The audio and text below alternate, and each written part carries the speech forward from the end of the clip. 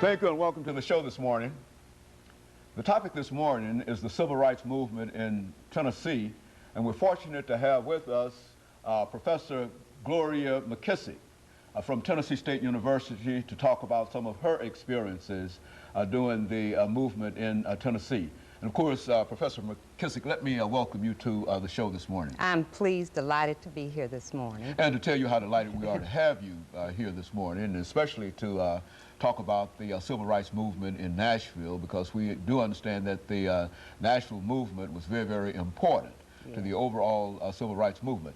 But Professor McKissack, before we get started talking about the civil rights movement, let's talk about you. Okay. Let's have you to give us some information about your background, your education, and some of the things that were important that eventually led you to Nashville and eventually to participate in the movement, and after which we'll talk about the civil rights movement in Nashville itself. Okay.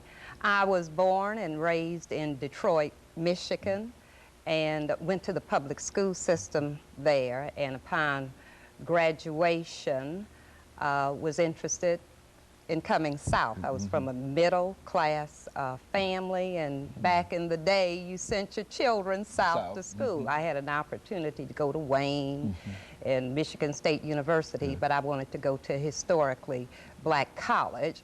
And that's kind of interesting because in the South at that time and other places, they were moving towards integration. And I had been in integration, living in, you know, predominantly white communities, integrated schools, and I wanted to have the opposite experience. So I came south and attended Tennessee State University. All my education is at Tennessee State.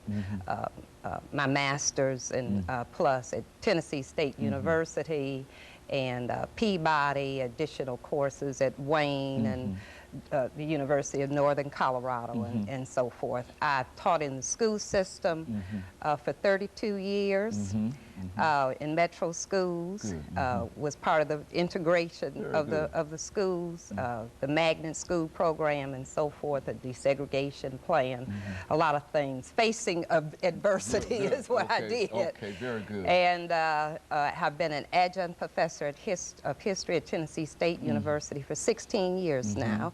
Taught in the pilot courses at Rivergate and Ball State Community College, teaching African American studies. And so you've got quite a bit of experience dealing with Tennessee State University and the state of Tennessee, even though you came from Detroit. You've been here such a long time, and of course you came at a very, very ripe time in terms of what we're talking about this morning, the civil rights movement. And I think you indicated earlier that talked about opposition and I think you used the word adversity, whatever. Let's talk about the civil rights movement and how you met that movement when you first came to the city. Let's look at separation, because you were not familiar with the restaurants and two sides and all that. It was a cultural shock for me. About that. It was a cultural shock.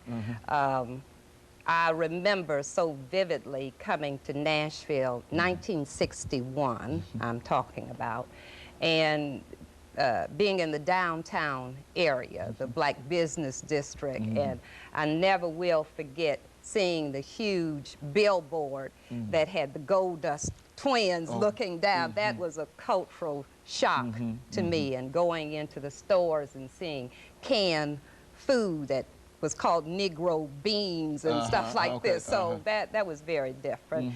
And the only very, very few things that I can remember in my background that made me aware of the real race problem that existed in this country.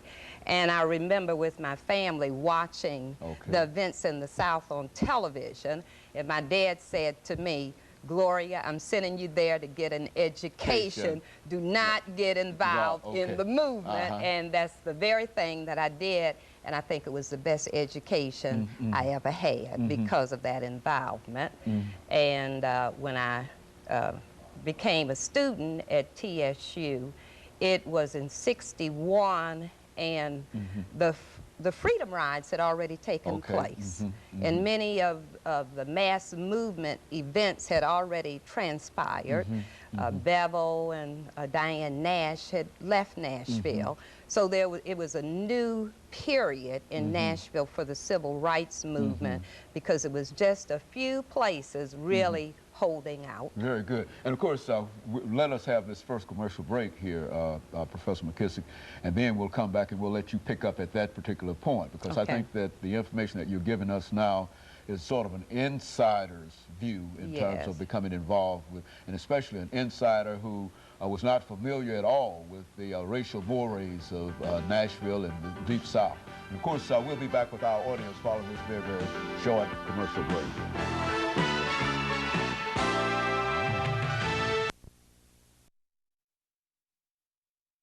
The topic is